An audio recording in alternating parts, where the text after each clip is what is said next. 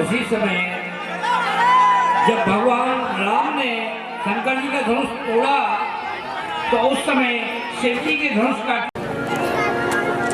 देखो मही सकल सब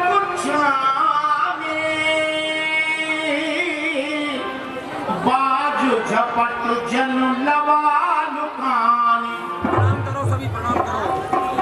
एक एक करके बैठ जाओ मैं वापस। देखत भ्रघुपत वेश कराला उठे सकल भय विकल भुवाला। पित समेत कहि निज निज लगे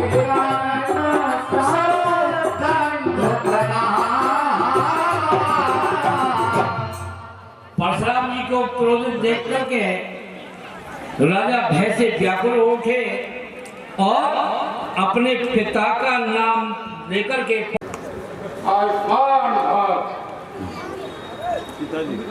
प्रणाम मुनिराज।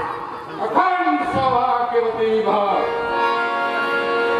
विश्वामित्र मिले पुनवाई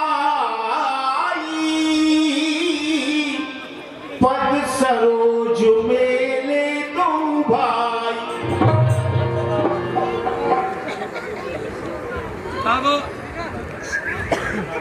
विश्वामित्री जी ने दोनों भाइयों को राम लक्ष्मण प्रणाम मुनिराज। नमस्तुभ्यं बहुर्विलोक विदेह सन कायव कायत भी पूछत जान अजान जिम व्याप्यु कोप शरीर। इस प्रकार राजा जनक जी के जेहि कारण मही पसर आय।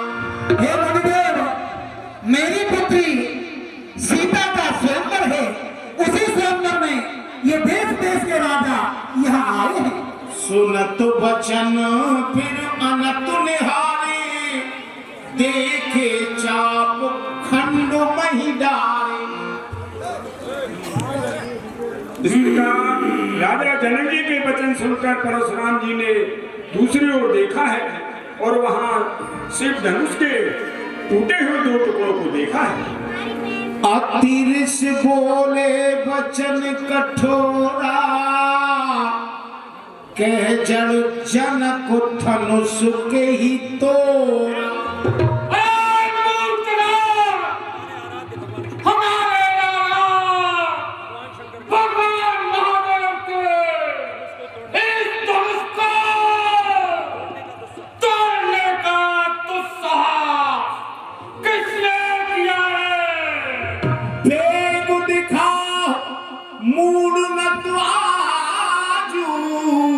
उल्टो मही जह लग तब राजू। उसे सामने लाया जाए, नहीं तो जहां तक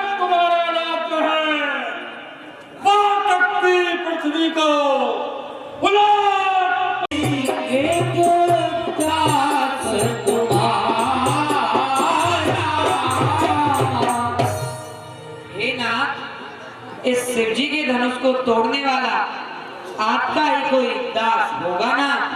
आयुष का कोई हे मुनिराज, कहिए अब मेरे लिए क्या आज्ञा है? सुनहु राम जेहि शिव धन तोरा सहस बाहु समसोर मोरा। सुनो, जिसने भगवान शंकर के इस धनुष को तोड़ा है वो मेरा सहस्त्र बाहु के समान शत्रु है। सो बिलगाय बिहार समाजा न तुम्हारे जे हैं सब राजा। उसे इस समाज से तुरंत अलग कर दिया जाए, नहीं तो ये समस्त राजा मारे जाएंगे। सुन मुन आप तो वृथा में ही धनुष बाण और फरसे को धारण किए हुए फिरते हो। बहुधन ही तोरे लड़का। कई धनुषों को तोड़ा है, परंतु उस समय तो आपने ऐसा क्रोध कभी नहीं किया। एही धन पर ममता केही हेतु सुन रिसाय प्रभु कुल हेतु। परंतु आपका इस धनुष पर इतना मोह क्यों है? रे रब बालक कालवश बोलत तो ही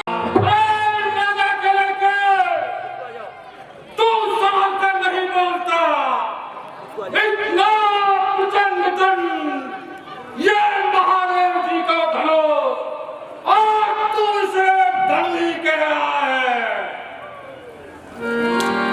लखन कहा हंस हमरे जाना रामा सुनऊ देव सब धनुष समाना।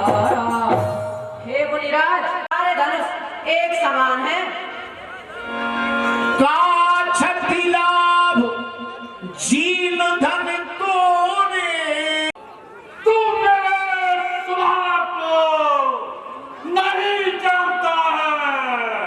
बालक बोल बंधो नहीं तो ही केवल मुन जड़ जान ही मोही। मैंने तुझको बालक समझकर छोड़ रखा है, तू मुझे पूरा मुनि ही समझ रहा है। बाल ब्रह्मचारी आते कोई विश्व विदित क्षत्रिय को जो द्रोही। एक तो मैं बाल ब्रह्मचारी हूँ और दूसरा स्वभाव से अत्यंत क्रोधी हूँ और तीसरे मेरे गुरु का अपराधी मेरे सामने खड़ा है। भुजबल भूम भूप बिन कीनी विपुल बार मही देवन दीनी। मैंने अपनी भुजाओं के बल से एक पृथ्वी को कितनी ही बार क्षत्रियों से विहीन कर दिया है और इस भूमि को ब्राह्मणों को दान दे दिया है। सहस भाव भुज छेदन हारा पर शुभ लोको मही को कुमारा। राजा के लड़के, सतवाओं की भुजाओं को छेदने वाले मेरे फरसे की ओर देख। मात पिता ही सोच के बसीभूत मत कर, मेरे फरसे की ओर देख, जिसकी गर्जना से गरुड़ियों के गर्व गिर जाते। बिहस लखन बोले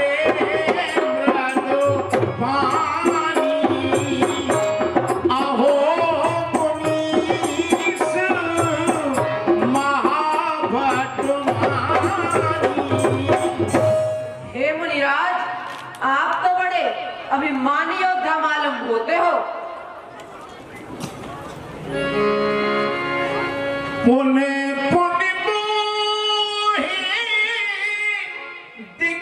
आप मुझे बार बार फर्जा दिखाते हो। क्या मुंह की फूंक से पर्वत उड़ाना चाहते हो? यहाँ तुम्हार बतिया को नहीं। राज, मैंने आपके धनुष बाण और फरसे को देखकर अभिमान से कुछ वचन कहे हैं। मृग कुल समझ जनेऊ बिलो की जो अछुता और जनेऊ को देखकर आप जो कुछ भी कहेंगे मैं उसे सहन करूंगा। सुन मही सुन हर जनवर माई हम ब्राह्मण देवता और हरि भक्तों पर हमारे वंश में कोई वीरता नहीं दिखाता। बधे पाप अब कीरत तुम्हारे। इनके मारने से पाप और हारने से अभ्यास होता है। आप मारोगे तब भी मैं आपके चरणों में ही पड़ूंगा। आपके तो वचन ही करोड़ों वज्रों के समान हैं। आप तो व्रथा में ही धनुष बाण और फरसे को धारण करते हो। जो भी हे मुनिराज, मैं इस सब को देखकर जो कुछ भी कहूँ आप मुझे क्षमा करना। कुटिल कान वास निजे कोल भाल। ये बालक बड़ा ही मूर्ख है और अपने वंश का नाश चाहता है।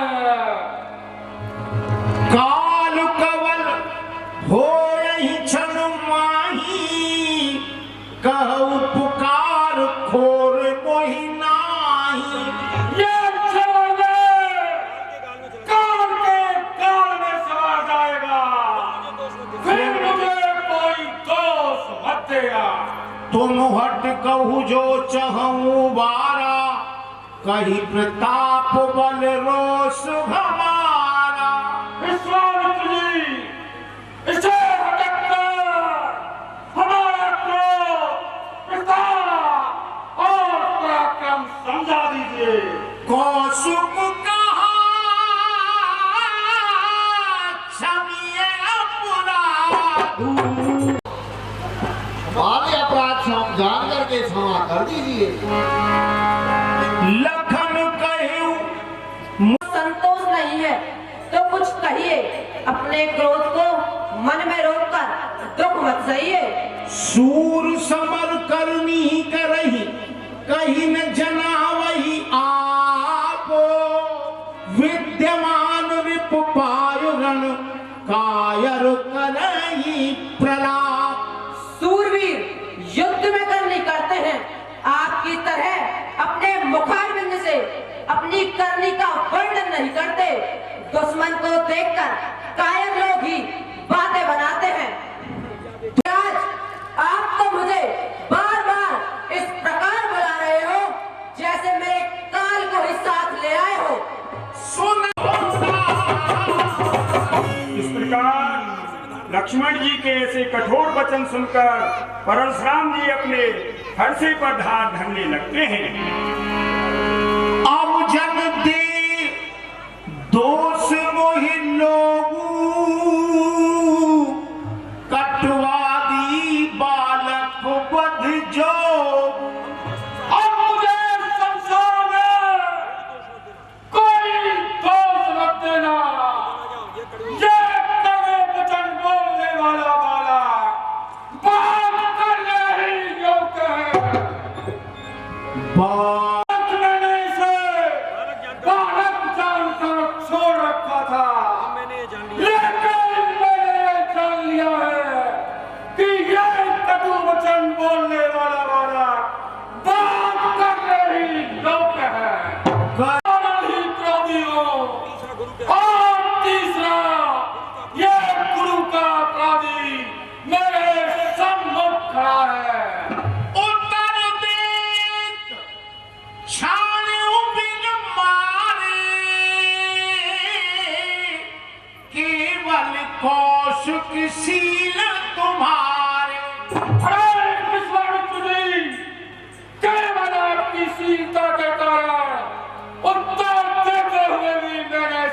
छोड़ रखा है। न तो यही काट कुठार कठोरे, गोरई उर्न होते श्रम थोरे। नहीं तो वैसे इसी फरसे से काटकर गुरु के ऋण से और ऋण हो गया होता। कहे हूँ लखन मोनो शील तुम्हारा। हे मुनिराज, आपके सील को इस संसार में कौन नहीं जानता। मातु पिता ही उन भयनी के, गुरु ऋण रहा सोच बल जी। सब सवाल तुम्हारा। इस प्रकार लक्ष्मण जी के कठोर वचन सुनकर परशुराम जी अपने मैं जानकर नहीं मार रहा हूँ। मिलन का बहु सुमथुरन गाढ़े, ध्वज देव। हे मुनिराज, आपको कोई अच्छा योद्धा नहीं मिला। देवता और ब्राह्मण घर के ही वीर होते हैं। अनुचित कही सब। बालक को क्षमा कर दीजिए, इसका तो अभी दूध का ही मुख है मुनिराज, इस पर क्रोध मत कीजिए। यदि यह बालक आपके प्रभाव को जानता तो आपकी बराबरी नहीं करता। जो लग जब बालक कुछ अनुचित करते हैं तो गुरु माता पिता तो उससे मन में ही प्रसन्न होते हैं। करी पाप तेरा ये छोटा भाई बड़ा ही पापी है।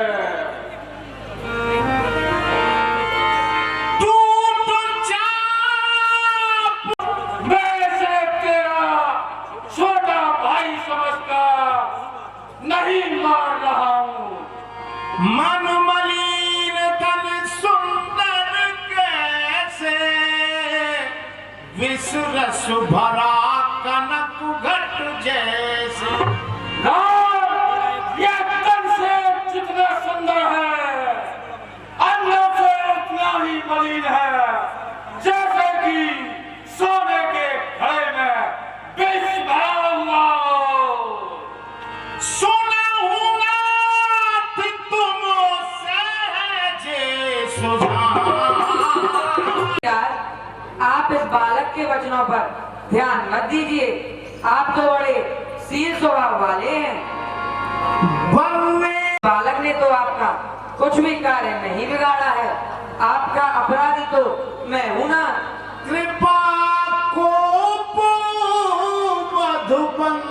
क्रोध तथा वध जो कुछ भी करना हो मुझे सेवक जानकर मेरे ऊपर कीजिए।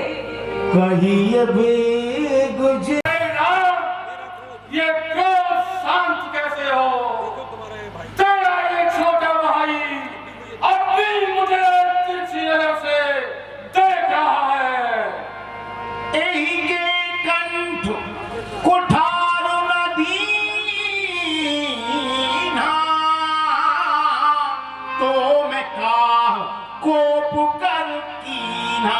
मैंने इसके कंठ में ये फरसा नहीं चलाया तो क्रोध ही क्या किया। बहे न हाथ दहे विष छाती, भाग कुठार कुंठित रघुघाती। मेरी छाती क्रोध से चल रही है, पर ये मेरा हाथ इस पर उठता नहीं है। और राजाओं को काटने वाला मेरा ये फरसा भी भौटा हो गया है। भयउ बाम विद फिर स्वभाव, मोरे हृदय कृपा कस गाऊ। आज तो विधाता भी उल्टा हो गया है, अन्यथा मेरे हृदय में दया कहाँ है। जो पे कृपा जरे मोन गाता।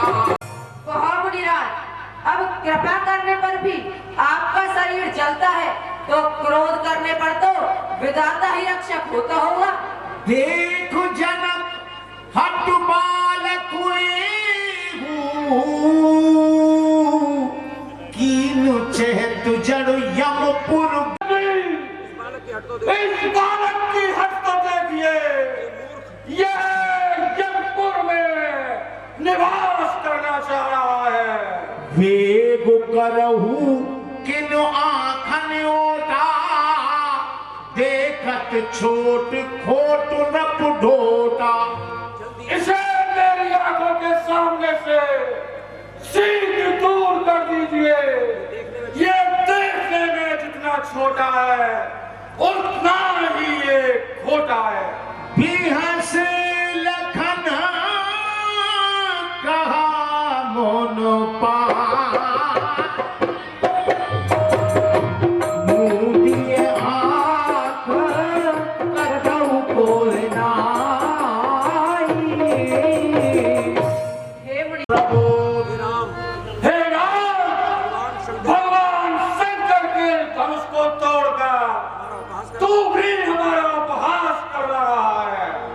बंदु कहे कटु सम्मत तोरे तू छलबे करत कर जोरे।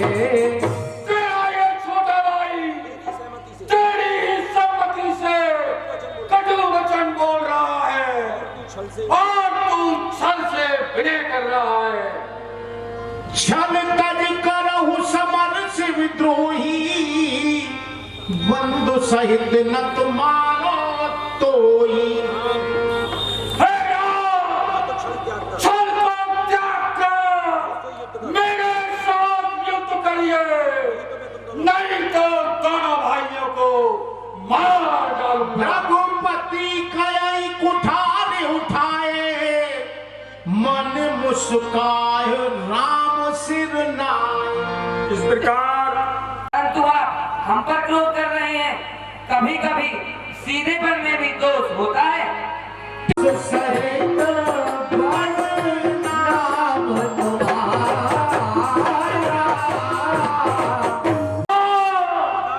तू मुझे कोरा वेद पाठी ब्राह्मण समझ रहा है। मैं जैसा ब्राह्मण हूँ तुझको समझाता हूँ। चाप सुवासरिया हुति जानू कोप बोर अति घोर कृषाणु। मेरा ये धनुष सुला है और मेरे ये बाण आहुति है और मेरा क्रोध प्रचंड अग्नि के समान है। समध सेन चतुरंग सुहाई महामहीप भय पसुआई। राजाओं की चतुरंगनी सेना संधा के समान है और बड़े बड़े योद्धा बलि के पशु के समान है। मैं यही परस काट बल दीने समर याद जग कोटे नकीने। मैंने अपने स्पर्श से करुणाए से यज्ञ किए हैं जिसमें राजा रूपी पशुओं की बलि दी है। मोर प्रभाव विदित नहीं तोरे बोले सुनिधर विप्र के भोरे। तू मेरे प्रभाव को नहीं जानता, मुझे कोरा ब्राह्मण समझ रहा है। राम कहा मुन कहूँ विचार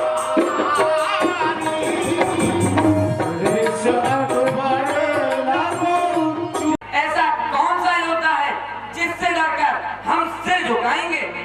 जोरन हम ही से लड़ते हैं, चाहे वह काली क्यों ना हो।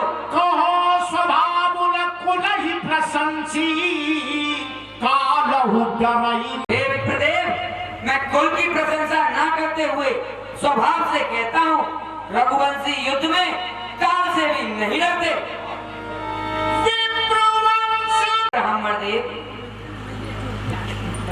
ब्राह्मण वंश की तो ऐसी प्रभुता है, जो आपसे डरता है वह अभय हो जाता है।